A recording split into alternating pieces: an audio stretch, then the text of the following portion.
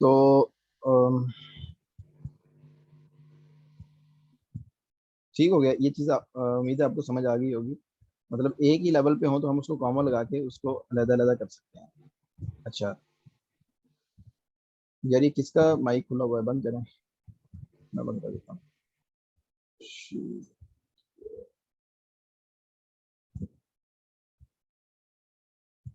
चलो।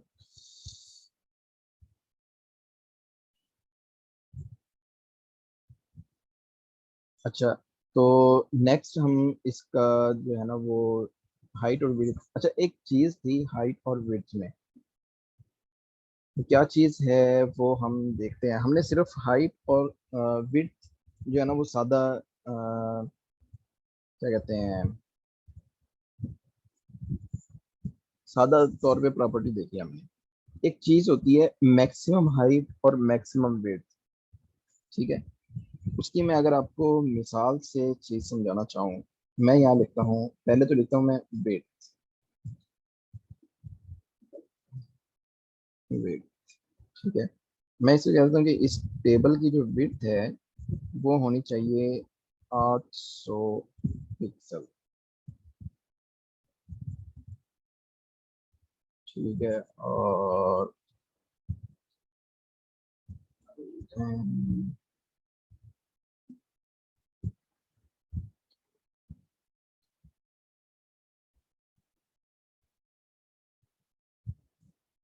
अच्छा, टेबल की जो विड्थ थी वो आप चेक करें कि क्या हो गई है। तो ये 800 पिक्सल। इसका अगर मैं इस विंडो को अलहदा निकालें, हम यहाँ पे इसको करें छोटा। ये आप चेक करें कि टेबल की जो विड्थ है, जब हमने 800 पिक्सल रखी, तो जैसे ही स्क्रीन 800 पिक्सल से कम आई, उसने टेबल को उतना ही रखा। नीचे आप देख रहे हैं स्क्रॉल एक आ गई है, ऐसे पेज छोटा हुआ लेकिन टेबल उतने का उतना ही है। ठीक है, इस चीज को अपने जेहन में रखना है। इसका मतलब क्या हुआ? हम जो सी एस एस की, सॉरी, डेवलपमेंट की जुबान में इसको कहते हैं कि ये रिस्पॉन्सिव नहीं है। ठीक है, कि इसने अपने अपना जो बिहेवियर था उसको तब्दील नहीं किया। ठीक है, इसको यानी कि स्क्रीन छोटी होने के साथ, अगर मिसाल के तौर पे ये वेबसाइट बन जाती है ऐसे ही और मोबाइल पे खुलती है, तो वो स्क्रीन के साथ उसकी जो है ना वो तब्दील होनी चाहिए चीज़ें। यानी नीचे स्क्रॉल नहीं आनी चाहिए। अगर नीचे स्क्रॉल आएगी, जैसे अगर वेबसाइट छोटी स्क्रीन पे खुली हुई है, तो वेबसाइट कोई बंदा ऐसे तो इरिटेट होगा ये। सही है। अच्छा, इसकी एक प्रॉपर्टी होती है मैक्सिमम वेट। ठीक है, मैंने कहा मैक्सिमम विड्थ जो है ना वो 800 होनी चाहिए। ये प्रॉपर्टी क्या करती है, मैं इसको करता हूँ सेव। ठीक है, जैसे ही मैंने उसको सेव किया, अब वो अपनी असल हालत में चला गया टेबल। ठीक है, इसका ये मतलब है कि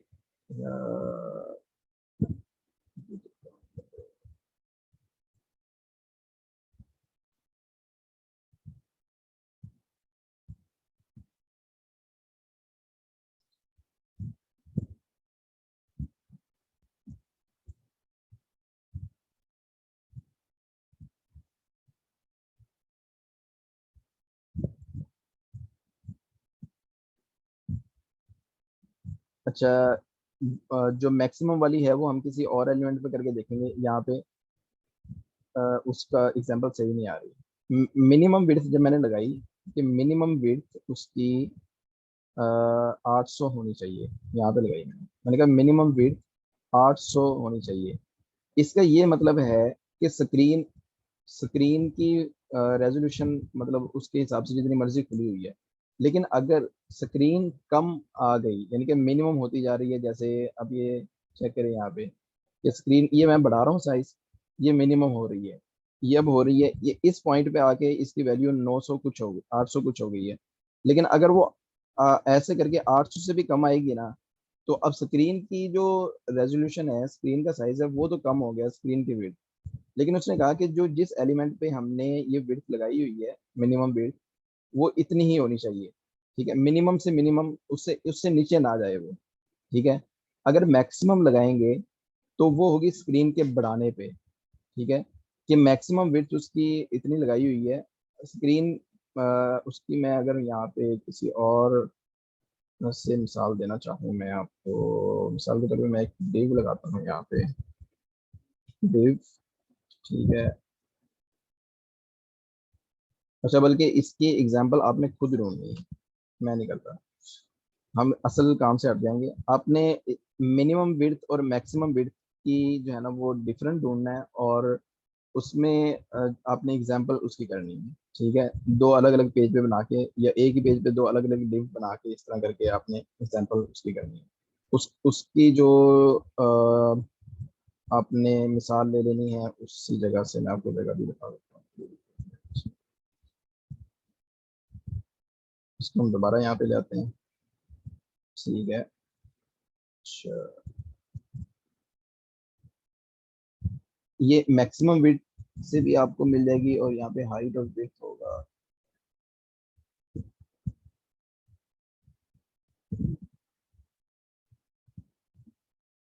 ये। ठीक है, यहाँ से भी आपको इसकी जो है ना वो डिटेल मिल जाएगी, और आपने इसको अच्छी तरह जो है ना वो देख के इसकी एग्जांपल बना के वो करनी है। ठीक है, प्रैक्टिस। तो हम थे अपने टेबल पे, टेबल्स को हम दोबारा चेक कर लेते हैं। डिजाइन कर देते हैं हम अपने टेबल को। हम कहते हैं कि भाई इसकी जो विड्थ है ना वो हो जाए 800। सिर्फ समझाने के लिए हम चेक कर लेते हैं।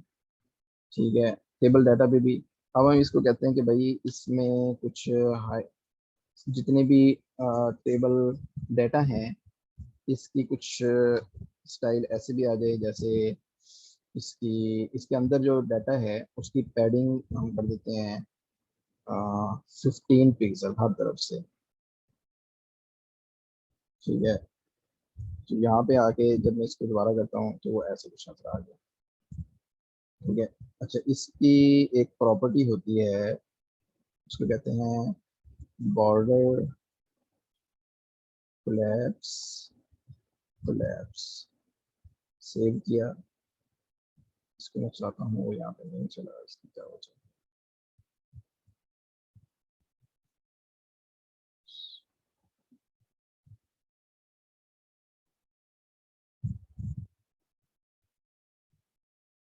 अच्छा, इसमें कोलैप्स होता है कि एक टकराना, या मतलब इस तरह करके।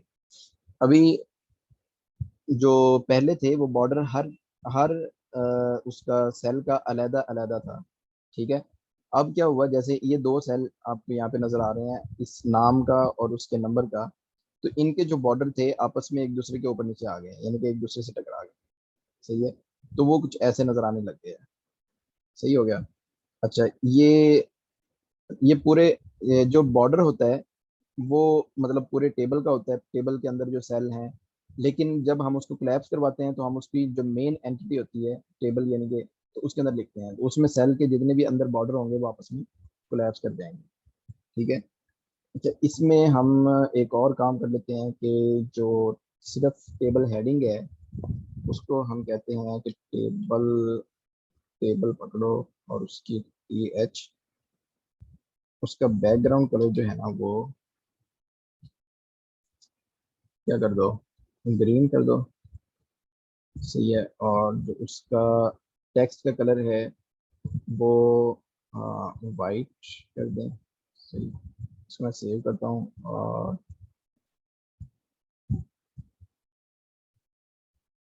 सही है। अभी चूंकि बॉर्डर का कलर भी ऐसा था तो मैं बॉर्डर का कलर थोड़ा सा तब्दील कर देता हूँ। बॉर्डर कर देते हैं येलो। सेव। ठीक है, ये कुछ ज्यादा ही ओवर हो गया।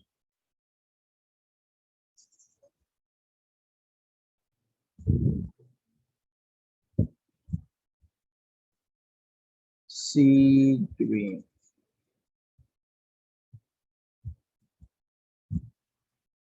अब सही है।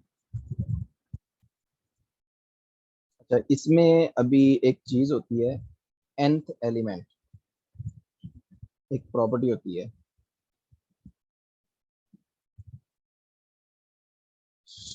पकड़ने का तरीका होता है। मिसाल के तौर पे एक एलिमेंट है, उसके अंदर एक जैसे काफी सारे एलिमेंट आते हैं, ठीक है। अब जिस तरह टेबल है, टेबल के अंदर जो टेबल रोज हैं, सही है, वो काफी सारी आती हैं हर एक के लिए। जैसे ये टेबल रो है, फिर उसके बाद एक और आ जाती है, फिर उसके बाद एक और आ जाती है।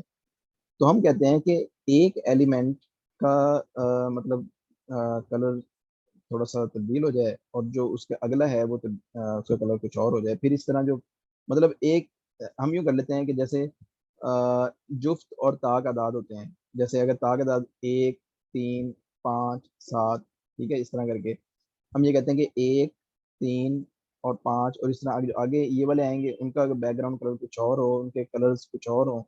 और जो 2, 4, 6, 8 इस तरह है, उनके कलर कुछ और हो। तो उसके लिए जैसे ये आपको यहाँ पे नजर आ रहे हैं, ठीक है, उसके लिए एक प्रॉपर्टी होती है कि हम उसको कहते हैं कि भाई जो इसका nth एलिमेंट है ना, वो उसकी चीजें तब्दील कर दे, और मतलब इस तरह करके, ठीक है। मैं उसको यहाँ पे आपको दिखाता हूँ। जैसे ये है, ठीक है, मैं यानी उसको हम बताते हैं कि भाई जो आपकी जो एलिमेंट है, उसका nth चाइल्ड इवन में या ऑड में, ठीक है, उसको आपने उसका कलर जो है ना वो कुछ और कर देना है, ठीक है। मैं यहाँ पे आपको करके दिखाता हूँ। इसका हल्का कलर है, वो कलर भी पकड़ लेते हैं, F2 वाला, सही है। हम यहाँ पे लाके टेबल की रोज को पकड़ते हैं। अच्छा, क्योंकि ये तो मैंने आपको इतना लंबा नाम रखने के लिए इसलिए मिसाल दी कि उस पूरे पेज में कई एलिमेंट हो सकते हैं, कई बॉक्स हो सकते हैं जिनके अंदर टेबल हो, तो उसको आपने कैसे पकड़ना है। तो क्योंकि हमारे पास एक ही टेबल है, तो हम उसको अब सिंपल तरीके से करके देख लेते हैं। अब पूरे जितने भी मतलब टेबल है, और सॉरी पेज है, उसमें टेबल रो किसी एक ही हमारे पास टेबल की है, तो हम डायरेक्ट टेबल रो को पकड़ते हैं। उसको कहते हैं भाई जो nth चाइल्ड है इवन में, ठीक है, सही है, उसको आपने पकड़ना है। और उसका जो बैकग्राउंड कलर है वो 2F, हाँ F2, ये क्योंकि हल्का कलर है। कलर्स कलर को देखने का तरीका भी मैं आपको बताता हूँ, आप कैसे चेक कर सकते हैं, मतलब आप अपने कलर्स कैसे चूज कर सकते हैं। पहले ये देख, ये चेक कर, ये इवन में तो नहीं किया उसने,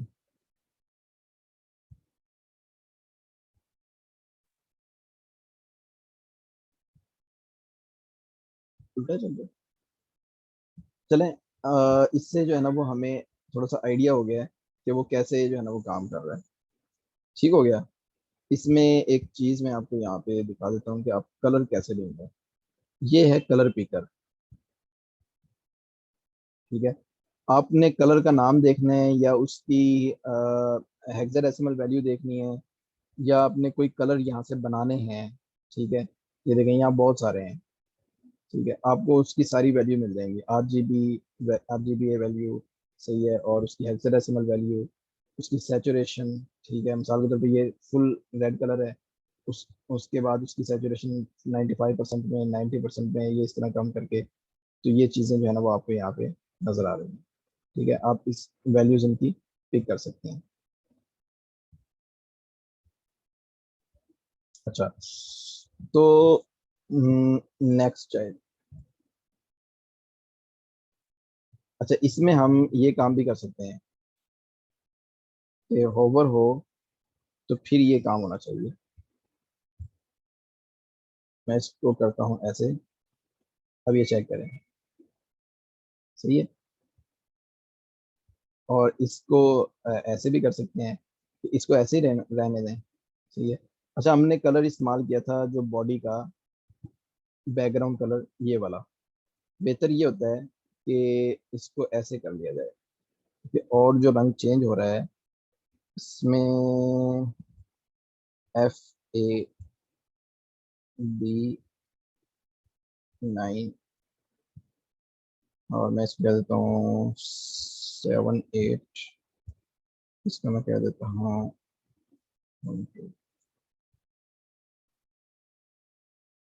मैं इसको सेव करता हूँ और अब यहाँ पे लाके चेक करें। अभी देखें, ठीक है, यानी कि जो इसका बैकग्राउंड कलर था उसके हिसाब से हमने इसको थोड़ा सा तब्दील कर दिया है। सही है। अभी हम इसका एक काम करते हैं, हम ये कहते हैं कि भाई कि जब आपका जो टेबल रो है उसके ऊपर होवर हो, तो उसमें जो बैकग्राउंड कलर है वो थोड़ा सा तब्दील करता जाए। ठीक है, मैं इस कलर को इस्तेमाल करता हूँ, इसको भी थोड़ा और हल्का कर देता हूँ।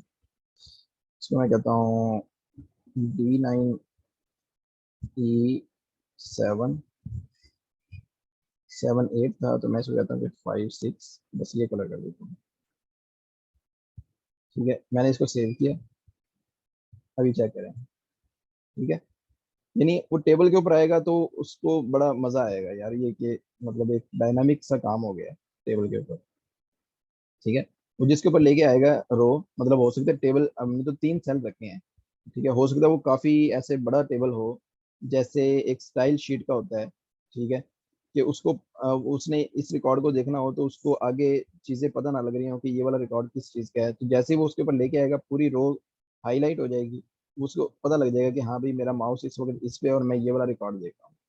ठीक है, तो ये इस तरह करके खूबसूरत हो गया ना काम।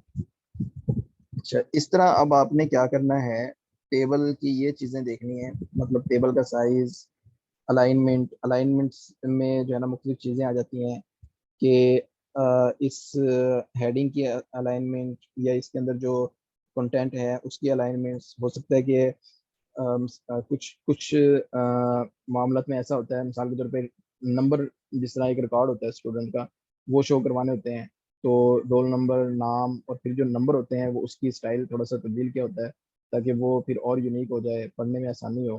ठीक है, कि नाम तो है वो लेफ्ट साइड पे आ रहे हैं और जो नंबर है वो राइट साइड पे आने चाहिए, मतलब इस तरह करके टेबल की अलाइनमेंट और इस तरह की चीज़ें, तो वो इस अलाइनमेंट के अंदर आती हैं। साइज, ठीक है, टेबल का स्टाइल और टेबल की रिस्पॉन्सिवनेस।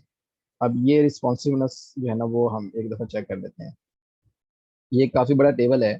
ठीक है, तो उसने देखें ऐसे वो बड़ा नज़र आ रहा, मतलब इस तरह करके। ठीक है, अगर अगर अगर तो हम उसको ऐसे करें कि भाई आपने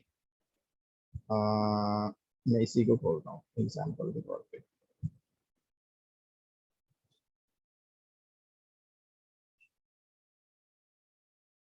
ठीक है, मैं इसकी ये वाली प्रॉपर्टी किधर गई,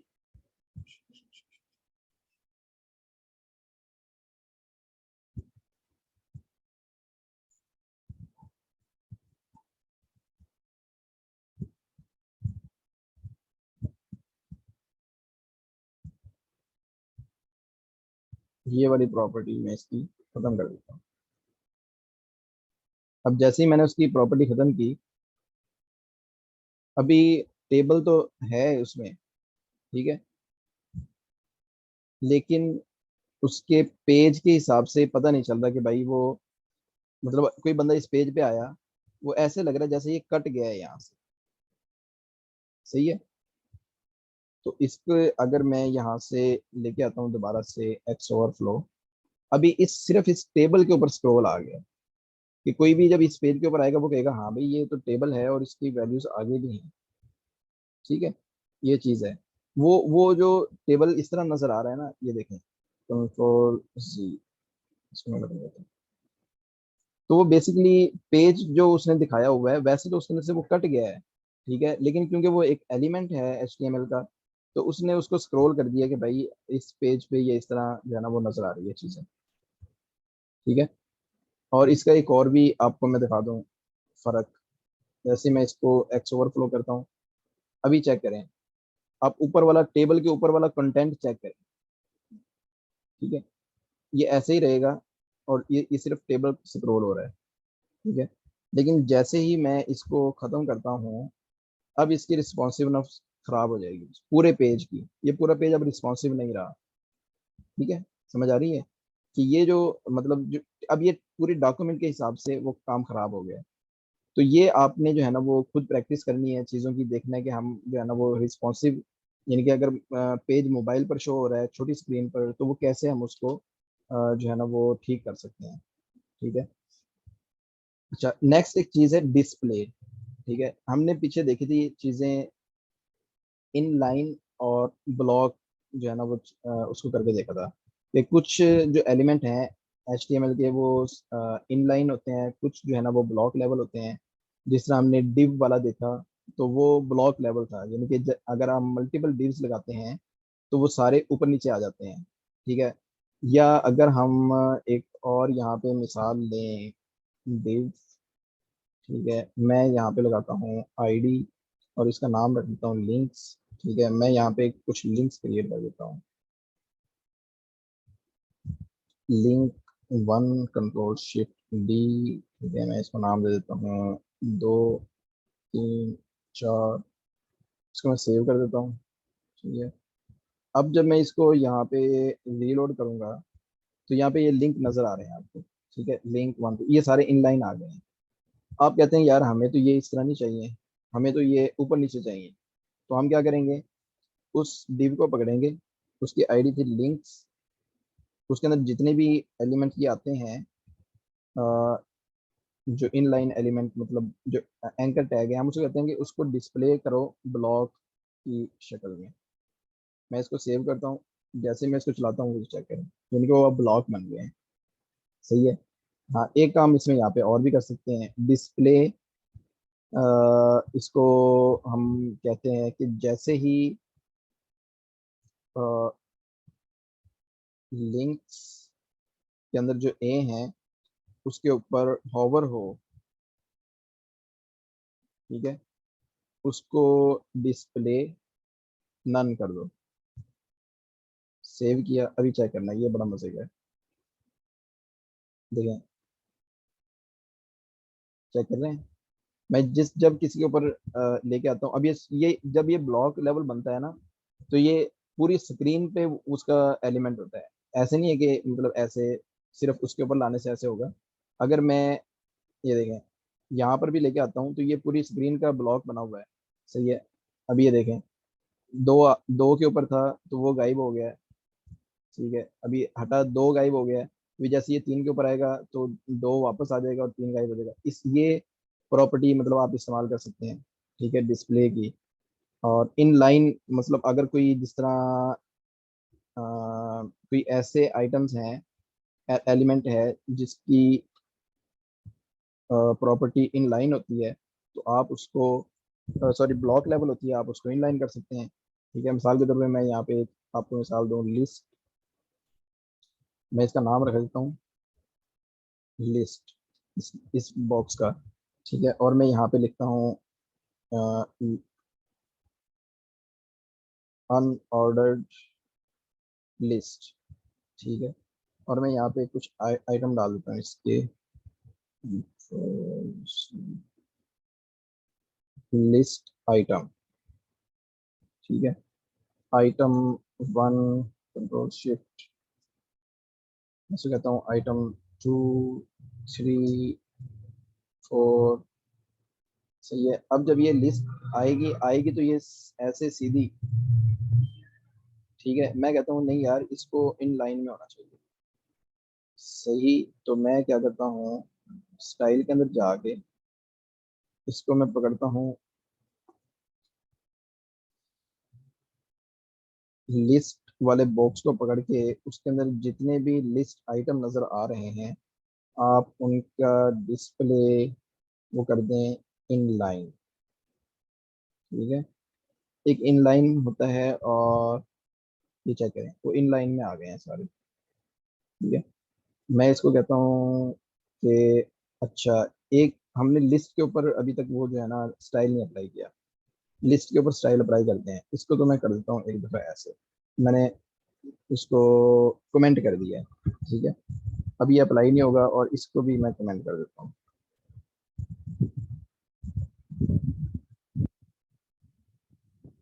ऐसे।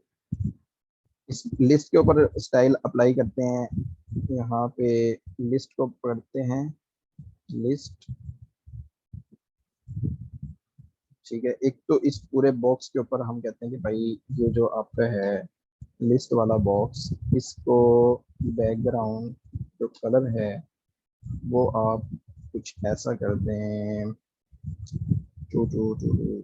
नहीं ये ब्लैक हो जाएगा, इसे कहते हैं कि आप ये वाला कलर कर, सेव। ठीक है, यानी थोड़ा सा वाइट के करीब हो गया ये। ठीक है, हाँ अब इसको कहते हैं कि भाई इसका जो लिस्ट का जो बॉक्स है उसका पैडिंग अंदर से जो उसका फासला है एलिमेंट का, अंदर वाले एलिमेंट्स का, वो कर दे तकरीबन 10 पिक्सल। ठीक है, चारों तरफ से, अंदरूनी चारों तरफ। ठीक है, तो ये ऐसे कर दे। फिर उसके बाद हम उसको कहते हैं कि भाई जो आपके आइटम्स हैं उसका भी थोड़ा सा आपस में फासला होना चाहिए। हम उसे कहते हैं कि मार्जिन, एक दूसरे के साथ जो फासला है वो तकरीबन 5 पिक्सल करे। सही है, बैकग्राउंड कलर उसका, ये तो वाइट के करीब था, हम उसको कह देते हैं बैकग्राउंड कलर जो 6 के करीब है वो कर देते हैं 5 ही, ये कलर बन गया। ठीक है, और जो कलर इसका वैसे ही टेक्स्ट का कलर है वो वही हो जाए, DADADA। ठीक है, इसको मैं ला के सेव करता हूँ, ये चेक करें। ठीक है, इसकी थोड़ी सी हम ऐसे भी स्टाइल कर देते हैं पैडिंग के साथ, पैडिंग 5 पिक्सल। ठीक है, ये चेक करें। ठीक, यहाँ पे हम इसको जो साइज है लिस्ट आइटम का, फॉन्ट, फॉन्ट साइज, ठीक है, वो हम कर देते हैं 20 पिक्सल। और font weight bold, font weight bold. ठीक है, ये कुछ और मजे का हो जाएगा थोड़ा सा ऐसा। ठीक है, अच्छा इसके अंदर हमने पहले वो पढ़ी थी कि फॉन्ट, उसका क्या कहते हैं, नहीं फॉन्ट, टेक्स्ट, टेक्स्ट ट्रांसफॉर्म। ठीक है, upper case.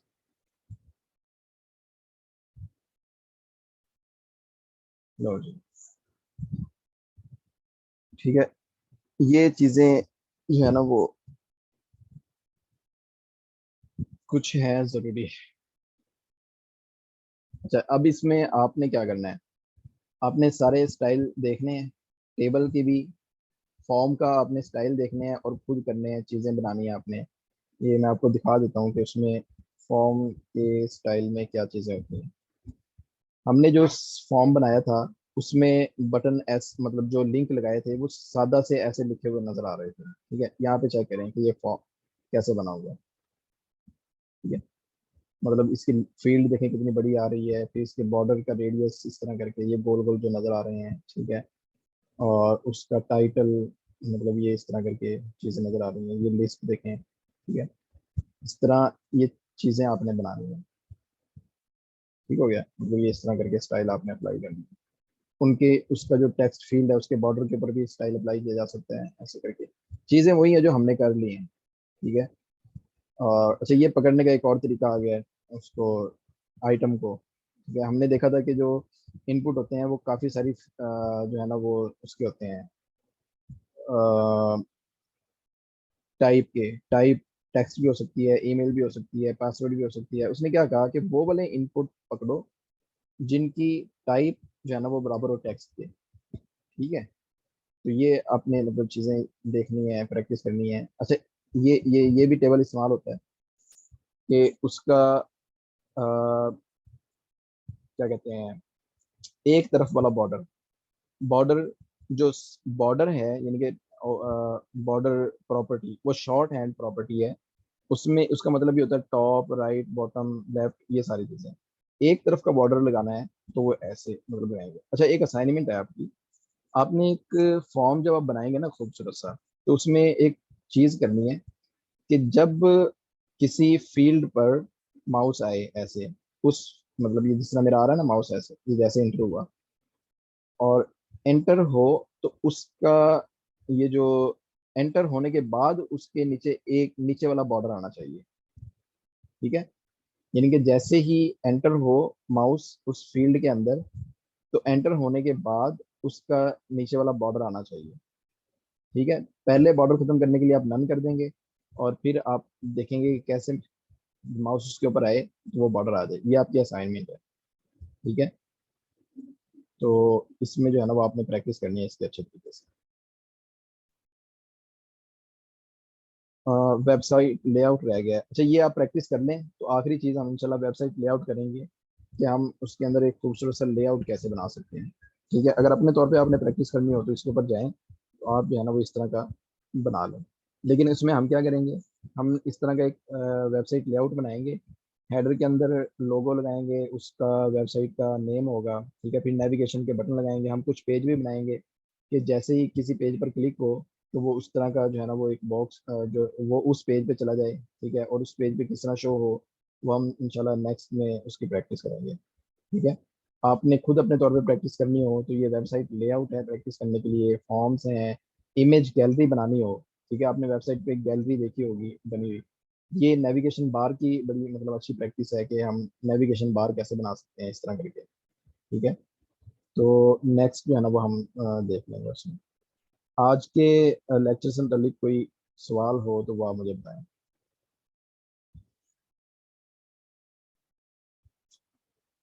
Abdul Haseeb less हैं। जी, अब्दुल हसीब भाई। अस्सलाम वालेकुम सर। जी वालेकुम सलाम। सर मेरा क्वेश्चन है, जो हम इंटरनल स्टाइल शीट, एक्सटर्नल और इनलाइन स्टाइल शीट है, ये तीनों चीज़ें, जी सर इसकी बेस्ट प्रैक्टिस किसकी है? एक्सटर्नल की है, इंटरनल की है, या इनलाइन की है?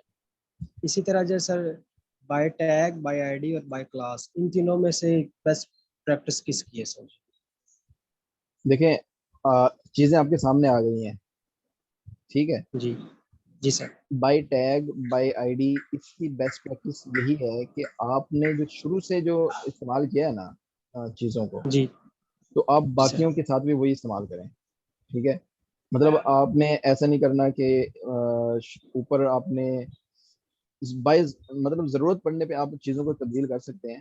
ठीक है, आपने खुद लॉजिक बनानी है अपने जहन में कि जी। जो जी। मेरा ये पेज आ रहा है उसमें जो बॉक्स मैंने बनाए हैं, क्या हर एक के अंदर लिंक्स आ रहे हैं, क्या जो है ना हर एक के अंदर लिस्ट आ रही हैं। ठीक है, मैं किस इस तरह पकड़ूं, मतलब अगर पूरे पेज में सिर्फ एक ही दफ़ा टेबल आना है और आपको पता है कि अगर वो आना ही एक दफ़ा है तो आप उसको उसके नाम से इस्तेमाल करें। ठीक है, लेकिन जी। आपको आपके ज़हन में ये होना चाहिए कि नहीं यार, ये मुमकिन नहीं है कि मैंने HTML मतलब पेज बनाया है उसमें कोई भी एलिमेंट आ सकता है।